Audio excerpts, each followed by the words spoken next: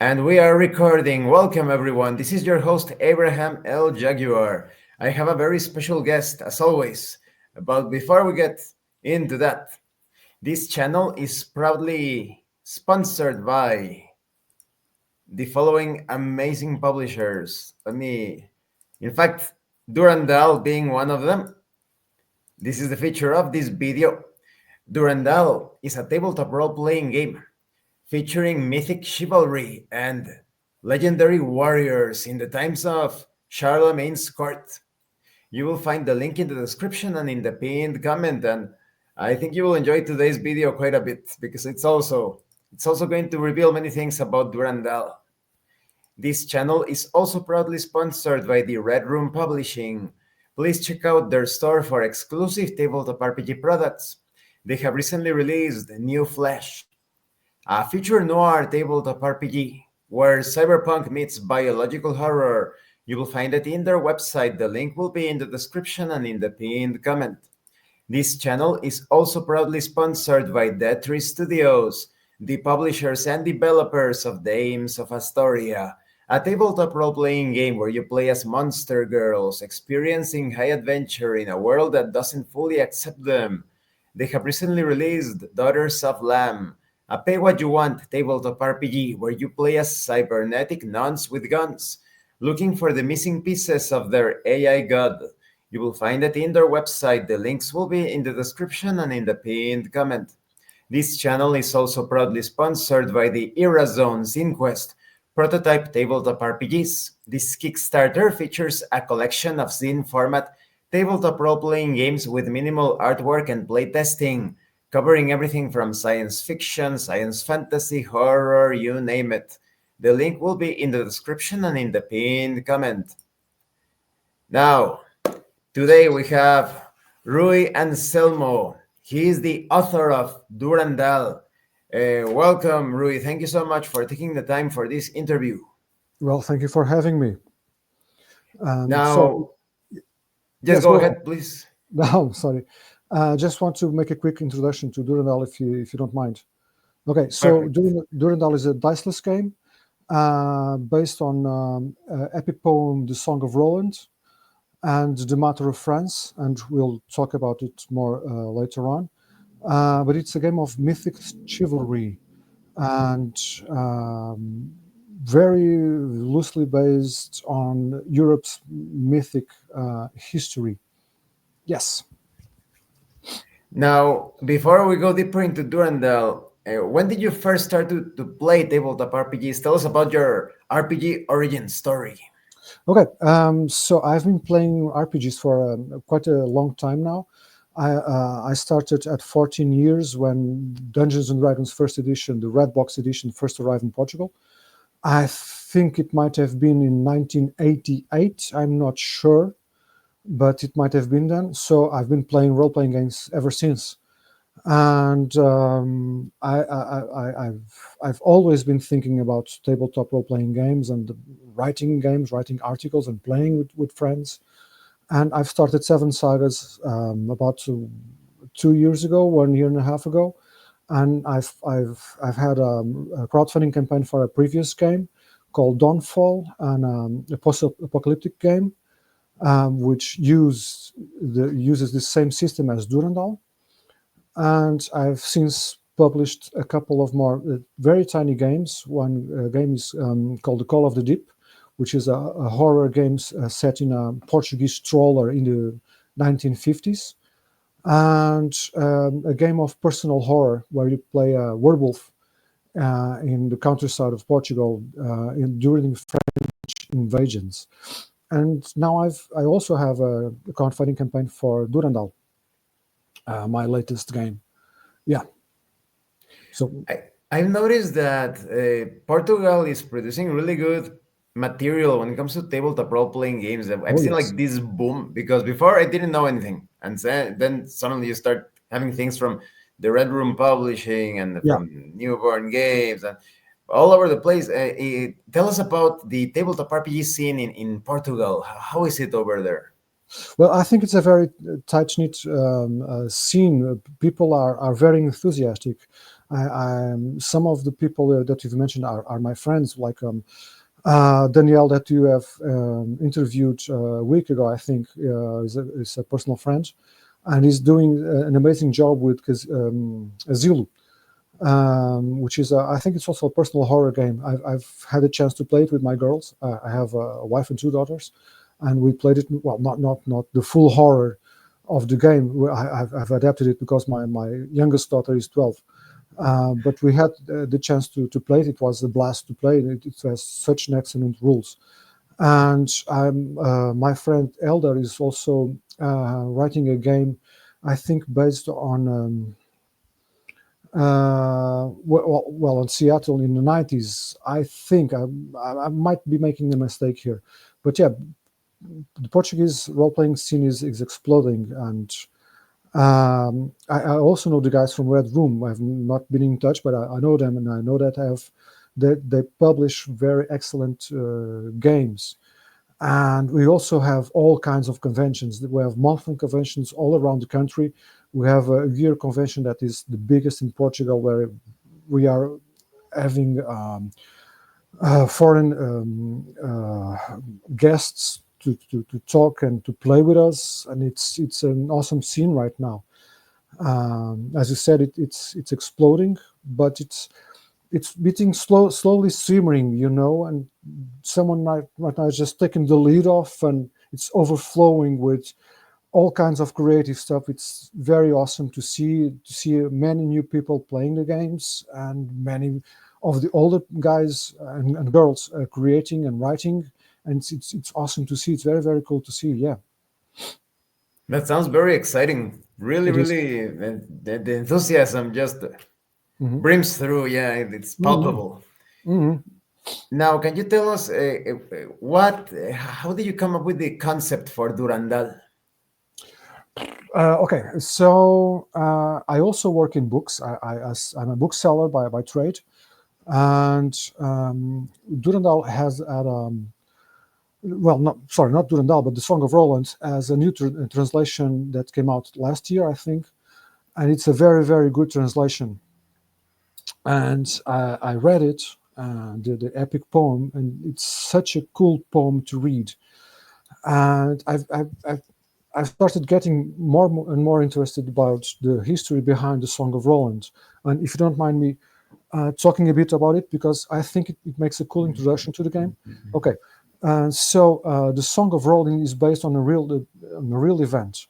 During the time of Charlemagne, Charlemagne was in Arabic Spain. This is the 8th and 9th century, and so he was here battling the Moors, the Arabs, but he didn't have very much success in conquering or plundering, actually. So on his way back to France, he gave battle to the Basques, which were not happy about it, and so they ambushed his army and defeated the back of the column. So Roland was a real duke of Charlemagne. So this was in the 8th to 9th century. And on the 11th century, the Europeans were really trying to get to Jerusalem, the Holy Lands. And so they needed kind of a propaganda story to motivate people to go there and battle them. So they wrote the Song of Rome and all of these epic poems of chivalry. And on the poem, the enemies were not the Basques, but the Arabs, to really motivate the people to go there and fight them. And this forms the background of the game. And me getting the book, the Song of Roland, the poem, and started reading and thinking, man, you have a very cool game about knights that is Pendragon, but that's only based on a part of European mythic writings. You have three main core themes. One is the matter of England, which covers the Arthurian legends. The other is matter of France, which cover the Charlemagne legends. And I'm saying Charlemagne legends because Charlemagne in the books is close to 200 years old. Um, so you have all of this mythology around it with gods and angels and dwarves forging swords in caverns and all kinds of stuff. And the third one is the Roman matter, which covers the Roman legends, and they all intertwine between them. So you have Arthurian fairies in the Charlemagne legends, and they all mix together. And I got to think this would be an awesome setting to write about, to people to play. And I already had the system from from Dawnfall. I'm sorry, my previous game, uh, and I thought this is the, the best I can do.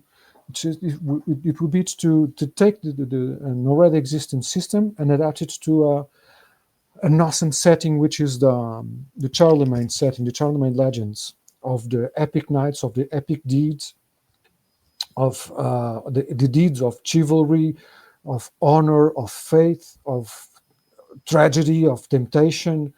And I think, yes, that the game as it is I have to say it, man. I'm really proud of it. It's such a cool game to play. I've been demoing it for close to a year now, and people have all kinds of fun. It's so much fun to play and to see people's reactions. It's very cool. And my main motivation was just a tiny book that I have here, which is, let me show you. It's this one. This is the newest Portuguese edition of the Song of Roland, and it's an epic poem, and it's so cool to read. And yes, this what motivated me to write about it, to for people to have a chance to play as a paladin of Roland, and it's awesome, man. It's very good, very good. Any reason as to why you chose Durandal? Then that's the name of Roland's sword, correct? Yes, it Durandal. is. Yes, it is. And how did you decide on that title? Um, well, the process for me to decide a title is very convoluted. I always go up and down, left and right, trying to choose trying to pick the right name. The very first name for this game was the Song of Roland, and I think um, I got to think that no, that is not the most appropriate name for it. People will be confused about it, the epic poem, and I don't want it to be about the epic poem. I want the epic poem to be the foundation, but not to be about it, because the poem is just about one thing. It's about one man, about Roland, and how proud he was in his military prowess, and about his faith in God and in Charlemagne. But that's not the only stories I want the book to be about, because the matter of France has so many tales about it that I want players to be able to explore much more. Um, but I also want it to be grounded in something that people can relate to. And so, in the place where the battle took place, the battle where Roland died, the Duke and the Paladin from the myth, it really exists. It's a place in Spain, in the Pyrenees. It's called Roncesvalles. I'm not sure if I'm saying the name correctly, but the place is real. And they have all this mythology around the sword.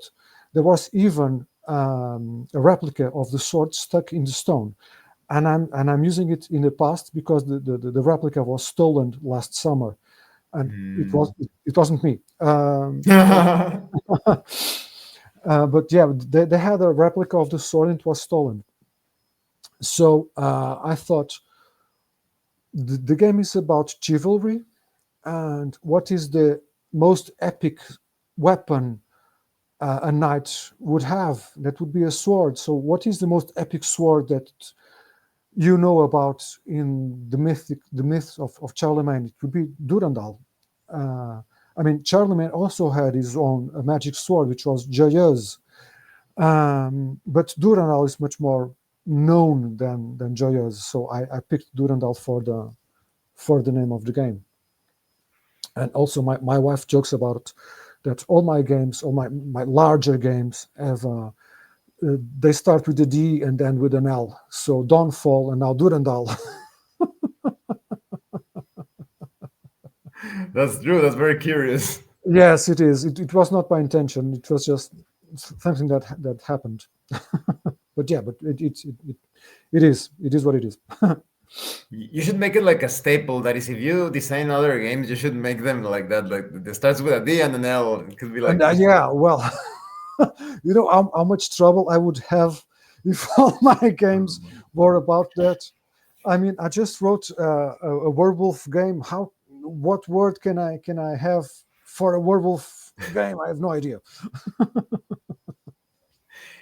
I think it's a good choice because that way people that there is the title of Durandal, people know that it is based on the Song of Roland, but Mhm, it can turn into a very different thing altogether. It's all about mhm. the power of imagination and when you are Yeah. going to be playing with your group.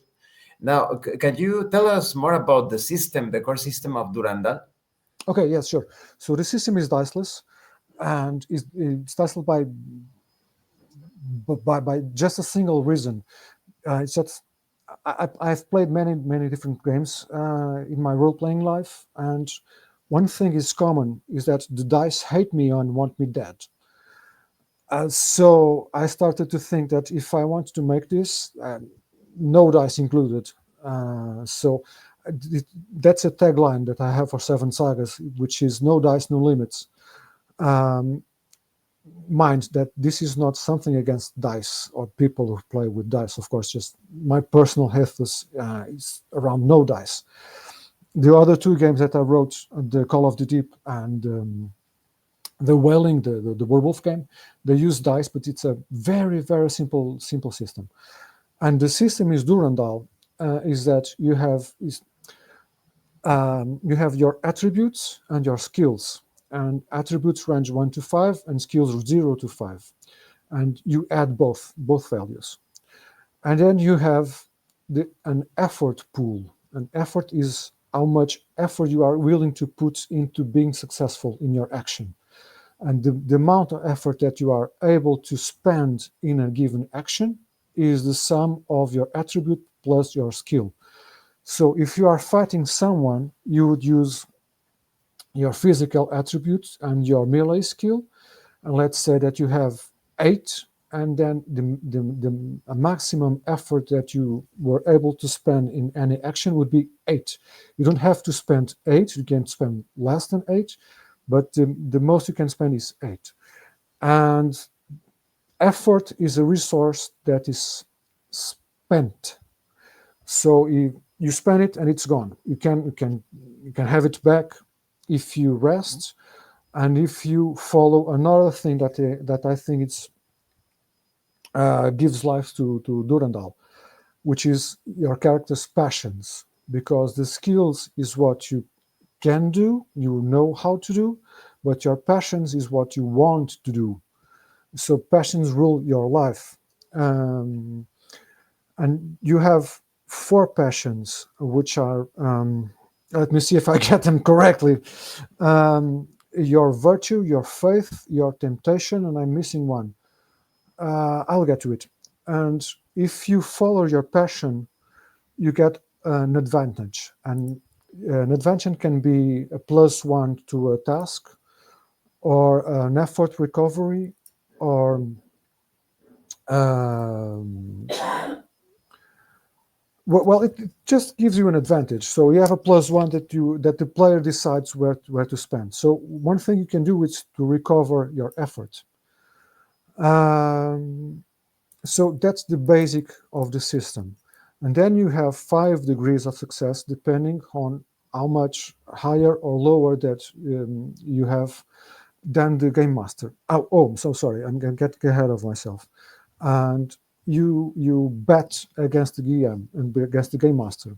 So the game master chooses a difficulty ranged 0 to 10, and with whoever has the highest wins. It's just that, just it. That's it. And you have 5 degrees of success: critical miss, win with condition, win, and win with a critical. I just found the passions that you mentioned. It's virtue, faith, duty, and temptation. Thank you very much for that. You just Mhm. saved me. Uh, it's a shame for me not knowing the mechanics of my own game. Uh, so I think that the heart of the game is the success levels, because you have 3 of the degrees allow the player to affect the narrative of the game. In most games, it's the game master that says what happens. The player says, "I want this and this to happen." Can I make like an interruption? That's actually Sure. like something that I am always correcting for people. It's like a thing of my channel. I say it's not about what you want your characters to do. It's about what your characters are doing. And Oh I yeah, highly recommend that when you role yeah, play, you handle things in the present. mhm, I rush at the enemy in front of me and stab him, or I yeah, stab at the enemy, because when you yeah, start, I want my character to move, and I want to swing my axe. When you do that, the immersion, like, it lessens horribly. Trust me. Just attempt it in one year of your sessions. You're going to love yeah, yeah. it. Well, that's a cool thing, because I don't always ask what do you want to do, but I No, never ask what never, you want to do. Never, never, never. never. Just describe the situation. Let Yeah, them go, and if they don't take action, the world will take action for them. exactly so. But and one thing I've started doing is asking, how do you feel about it? Yeah, the And then thing yeah, is the about the fiction. The game master doesn't exist, so yeah, let the players. You will see the magic take over the session. Trust me, yes, it yes, yes. is incredible. Huh? Yes, it is. It is. It is. Because if you ask, what do you do? Well, that's what every other game does, right? And when you do it like you said, the fiction is happening around the players. The game is alive. That helps with immersion. And if you also ask, how do you feel about it? And then you can see that their mind is just expanding, because doing stuff and thinking about doing stuff are two very different things. And I've started doing that, and I've introduced it as a mechanic in the game, in that if you if you stay in character by role playing your passions, you get an advantage. But if you also tell the game master how you feel about it, you also gain an advantage, and everybody wins at the table, because the game's narrative suddenly uh, rises, and everyone is on the same page, and it's very, very cool to see. And I would also recommend that when you want to express that, how do you feel about it, that they do it like in role play, not like, Mr. Game Master, my character feels scared. No, no, the Game Master doesn't exist. There is no floating head. Yeah, Like, yeah, yeah, what do yeah, you yeah, want to do? How do you feel about it? yeah, yeah, yeah, yeah, yeah, My character feels great devotion towards the task at hand, or whatever, and yeah, and you get this. yeah, yeah, yeah. It's very cool, very cool. So you have 3 things in the system, sorry, in the results. You have 3 things that allow the player to contribute to the narrative, not just the game master, as we were talking about. Usually, it's the game master describing the action, describing the fiction. So yes, you hit with your sword, and what happens is this, this, and this. But in Durandal system, if you have, let's say, a critical success, which is when you have double the points spent than the game master's difficulty, then what you want to do happens, but something extra also happens. So let's say that not only you can hit the bad guy, but also imagine like Europe's battlefields and an overcast. sky with clouds, and all of a sudden you are hitting the guy, and the sky opens up, and a ray of sunshine shines upon you, and everyone sees how you are chosen by God to lead the Christian army, or whatever else that you want to talk about. And that gives power to the players to influence the narrative, because all of a sudden, in this example, everybody thinks that you are chosen by God. And also, if you have a critical miss, something extra bad also happens, but it's the player's job to describe what happens, I not get the it. game master. So it's a bit of a storytelling RPG hybrid game Yes, because it the is. players are suddenly taking control of the game world during those Yes, instances. Okay, yes, okay. yes. Well, the game master has veto powers. You don't get to. This is this is this is a mythic chivalry game, so you don't get to all of a sudden have a laser sword, for example. So you have to think inside the frame of the game, and the frame of the game is mythic narrative. Everything else inside that frame is up for grabs. You can go as wild as you want to inside that narrative. And the very first time that you are playing Durandal with new players, and you say, "Well, you have a hit with a condition. What happens?" And they go, "What do you mean? What happens? You tell me what happens." And the game master says, "No, no, no. You hit with a condition. What is the condition? You tell me. You tell everybody what is the condition."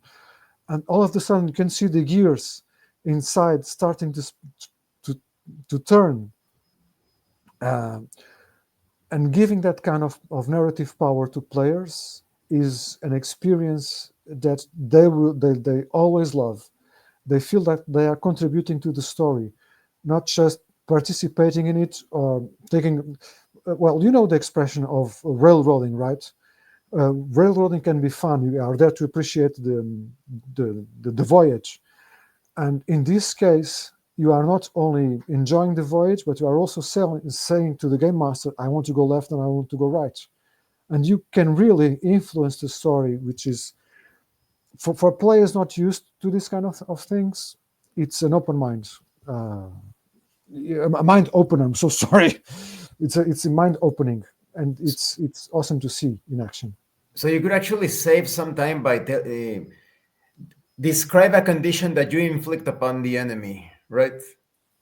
Not only that, not Hmm. only that, but um, let's say that you are trying to influence a nobleman, a duke, or another lord to grant you passage, and you fail critically. Perhaps in any other game, in a more traditional game, because my game is very, very traditional.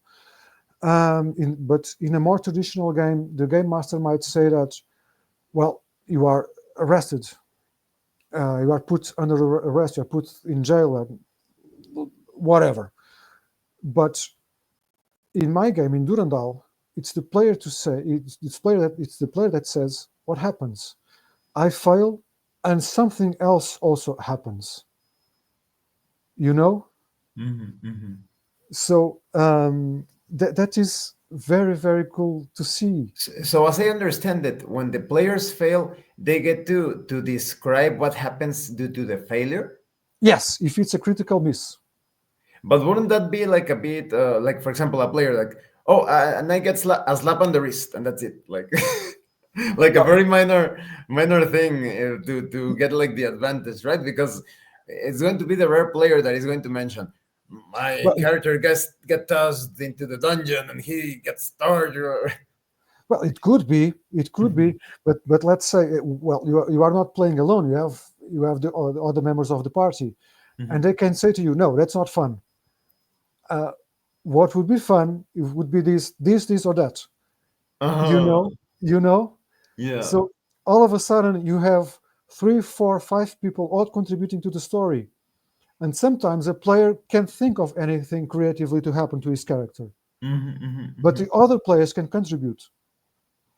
You I know? think I would run it a bit differently because it's going to turn into a conversation with everybody. But what do you think? And the magic for, well, you have to try it for yourself. But the magic of the getting into the game world can be shattered completely when everybody like talking and what do you want to do? Do you want to handle it like this? I would create like a session zero with very clear Okay. guidelines, like Okay. you describe the penalty. If the penalty is not appropriate, if you go too easy on your character, the game master may apply some further penalties, like in order to avoid that. Because the player could say, the nobleman is angry at me and he gives me a light slap. Yeah. And, Well, oh, and the game master, as soon as you step out, you find yourself in front of a group of three thugs. So you were rude to Master Joe. Now yeah. you're going to pay. Well. You can. Of course, you can say that. And let's imagine that we are role playing right now, you and me. Um, so you say that the nobleman just give me a bit of a slap, and I say, okay, how does that make you feel? You are a nobleman, also, and all of a sudden you have this guy slapping you in the face in front of all your friends, in front of an army, in front of the bishop. You are socially diminished right now. How do you feel about it? And then it goes on. That's what I want to avoid the conversation because the moment you enter that conversation, you're pulled from the character. You're having a conversation between a game master and a player that do not exist in the fiction, and it's going to kill the immersion so much. You think so? Yeah, it's not. You I think know so? so. I know so because if you want Okay. to match my actual plays, just try it. Try a single session of yours. Do not Yeah. step out of character, not a single time. The most you step out of character is to communicate game information, like Okay. the values, the but remaining character, trust me, remaining character, and it's such a trip, it's such a journey. Avoid the conversation between players and game master that do not Yeah. exist in the fiction. It is amazing. That's my Okay. recommendation. You can play however you like, and everybody Yeah. watching, I encourage you to play Durandal however you like. Durandal Yeah. can be played however you like, but try it like that, and it's going to be magical. Yeah. I'm insisting on this because, well, obviously, I have never actually played. I've only game mastered it, and I always game mastered it like this. And in my games, with I think I've demoed it about 20 times now. The scenario that you have, and I always game mastered it like this, and people um, always had fun, and in the end, that's what matters. But yeah, you can have fun. You can, for example, you could play basketball, Okay. kicking the ball, not bouncing it. You Okay. could kick the Yes. ball. You could kick Yes. it, and Yes. you're Yes. having fun kicking the basketball, Yes. right? But Yes. are you playing basketball, right? So this is my thing. Are you playing a role? Are you actually playing a role, or are you having a conversation? Yo. This is a thing that I also address in the core book, not in the PDF that you have, but in the core book. And I think that's something that is missing from probably all the games,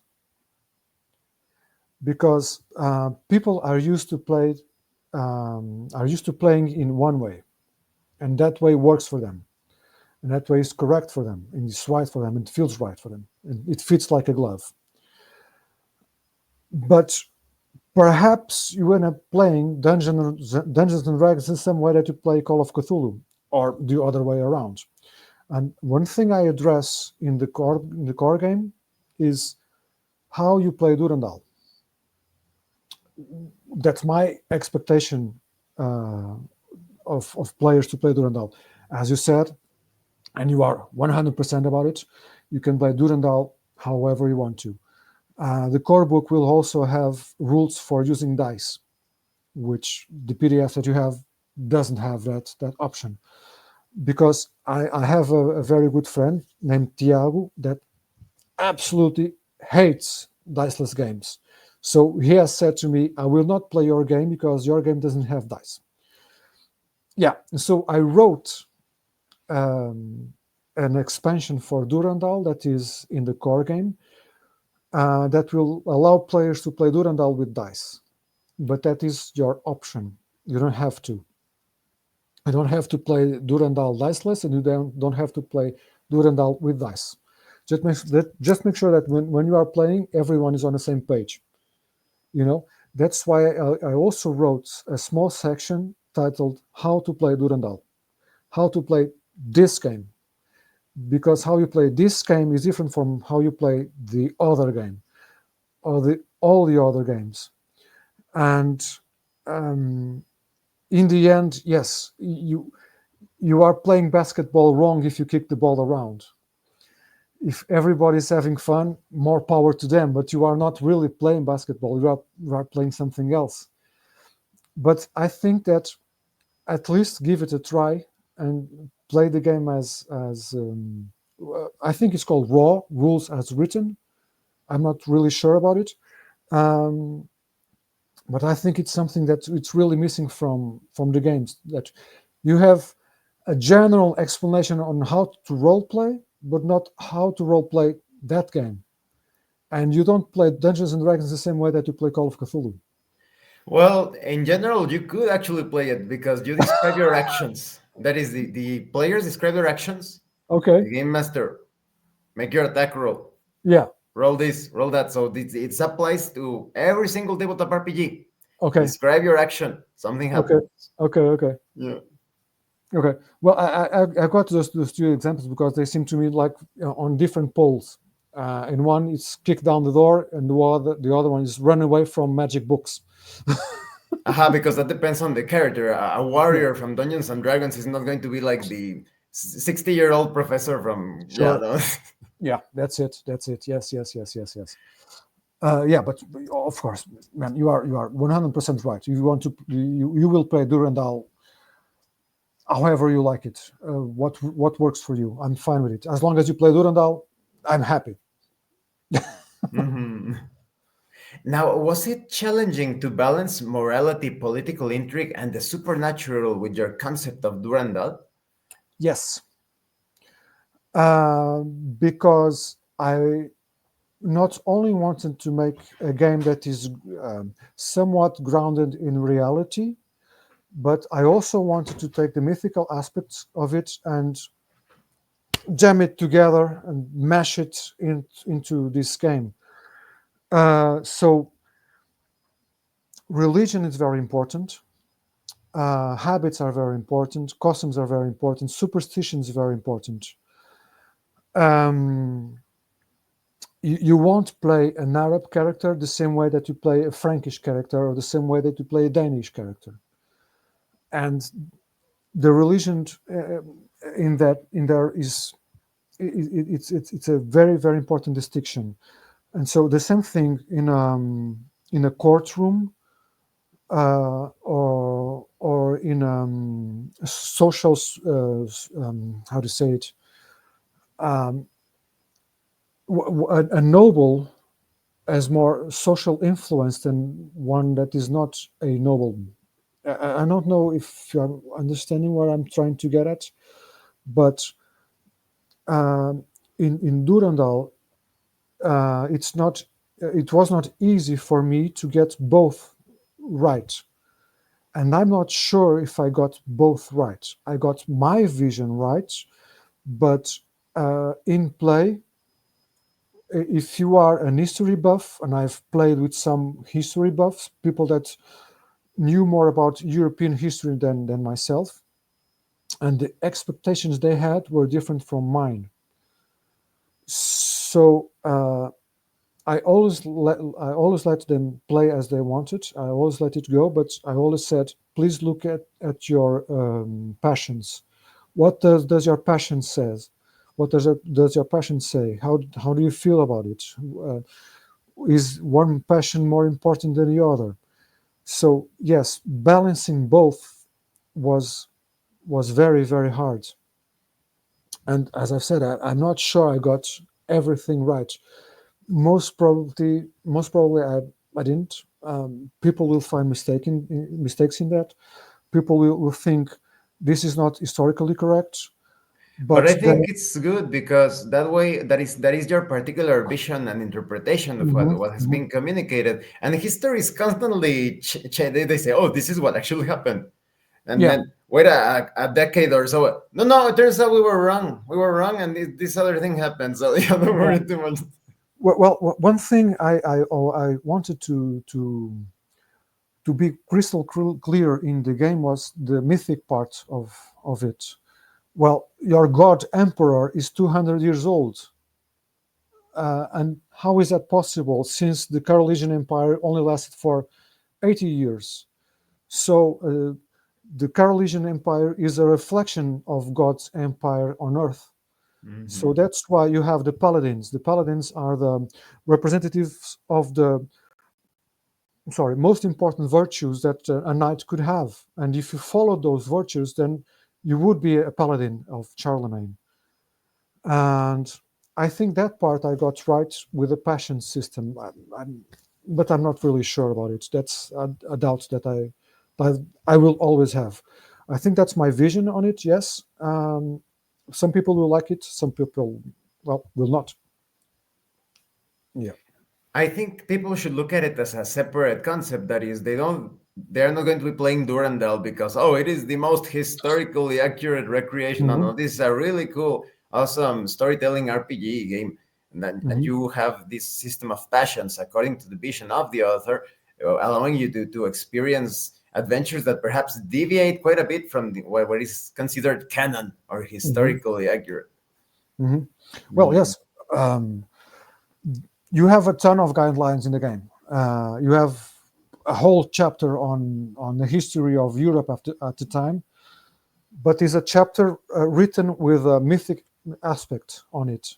So you have a part of a daily life of a noble, daily life of a peasant, and all of that is balanced by the mythical aspect. You get up and you say a little prayer so that your day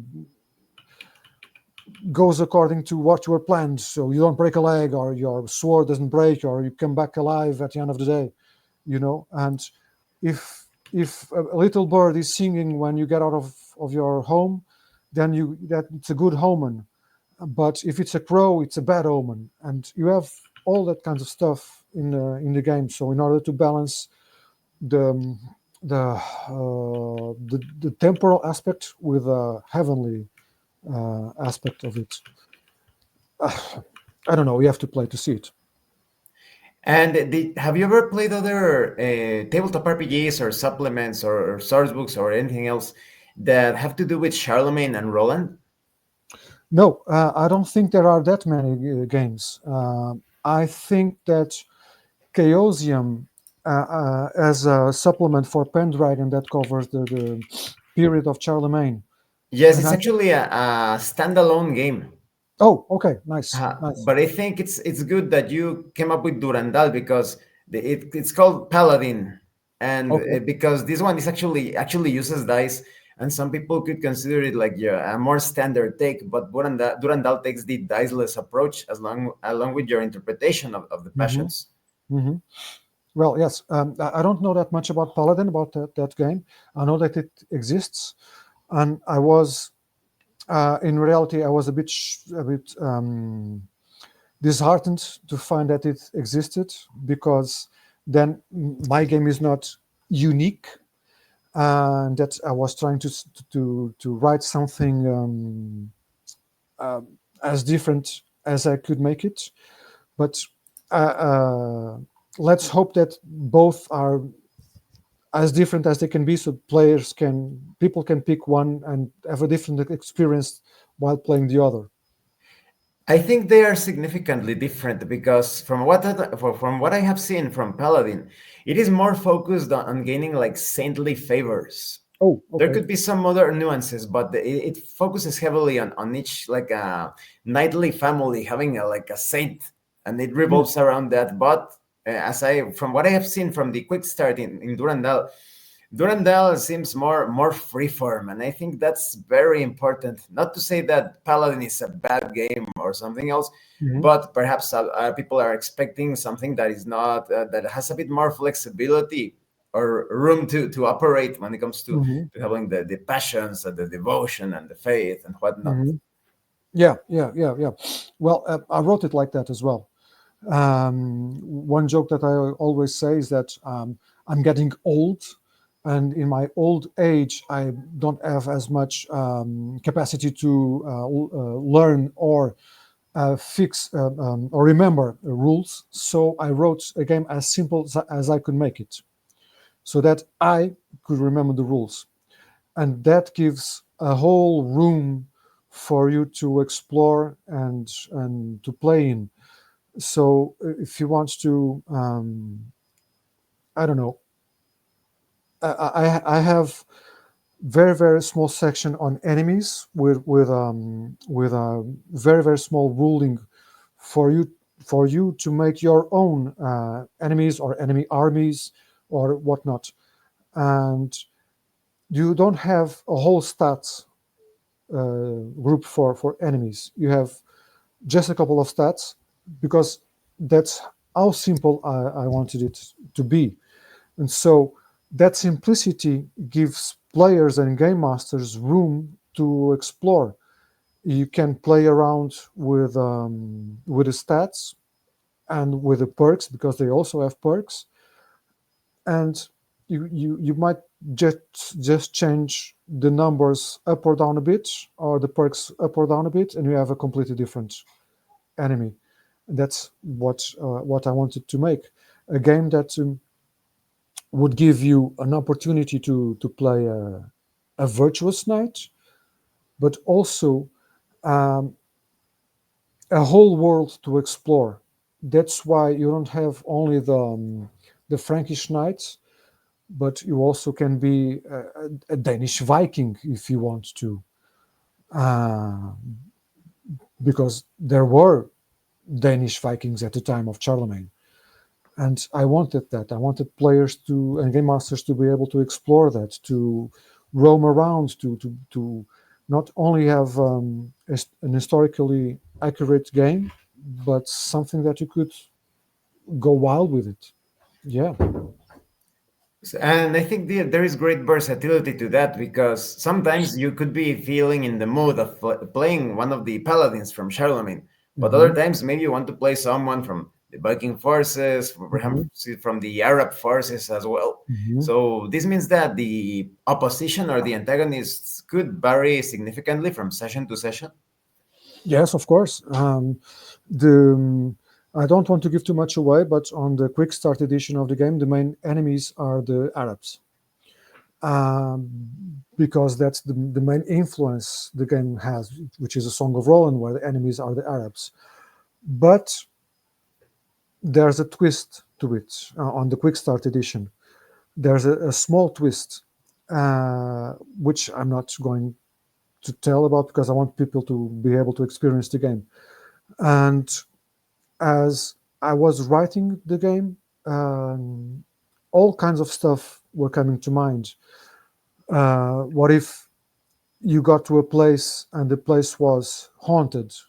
What if you got to a place and the place was there was a fairy playing around, and the local priest consecrated the place, and now the fairy is angry at the priests, and the crops are failing, are faltering?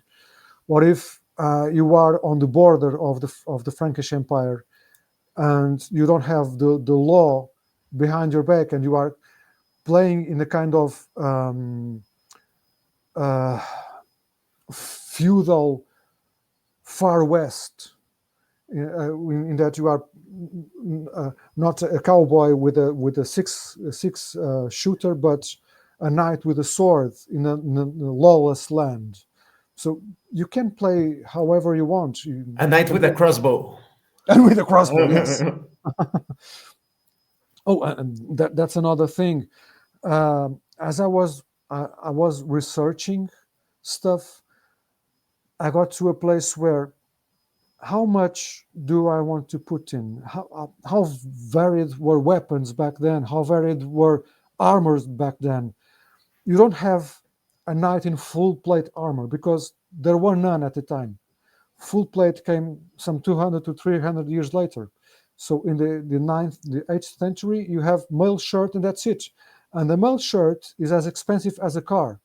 So you either are a noble with the money to pay for it, or you have a shield and well, just hope for the best.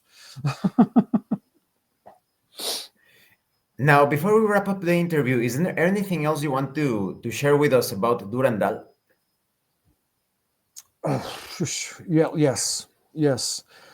I Durandal is a game about well, Durandal is the magic sword is central to the play, to the game, and I have something in store if the crowdfunding campaign is successful. I have a major campaign, not yet written but already planned around the magic sword, around Durandal, and I would really love for people to support the games in order for me to write that down because it would be a blast to play. Durandal is, I think it's an awesome game. I think it's game a game that is very pleasurable to read and to play and to game master. And if people have as much fun playing Durandal as I have writing it, well, it's a win for me. Yeah, I think Durandal is on the right path because, like I said, even thank though you. you had Paladin on one side, Durandal is unique. Not only is it diceless, it Hmm. also has those storytelling elements. So it's a Yeah, storytelling RPG hybrid experience that is very different from Paladin. So I hmm, encourage my viewers and everyone else, thank check you. out Durandal. You will find the link in the description, the pinned comment, and I am going to go through the quick start in a series of videos. So definitely check those out. Well, Thank you very much. thank you, Rui, for telling us about Durandal. Thank you for having me. It was a pleasure chatting with you. And thanks to everyone else for watching this interview. Don't forget to leave a like, comment, subscribe, and thank you so much to those of you that are going the extra mile to support the channel. If anyone else wishes to further support the channel, consider joining as a member using the Super Thanks button. Take a look at the information in the description and in the pinned comment. This has been your host, Abraham L. Jaguar, a professional game master. And remember, roleplay solves everything. Once again, thank you all and see you later. Bye bye.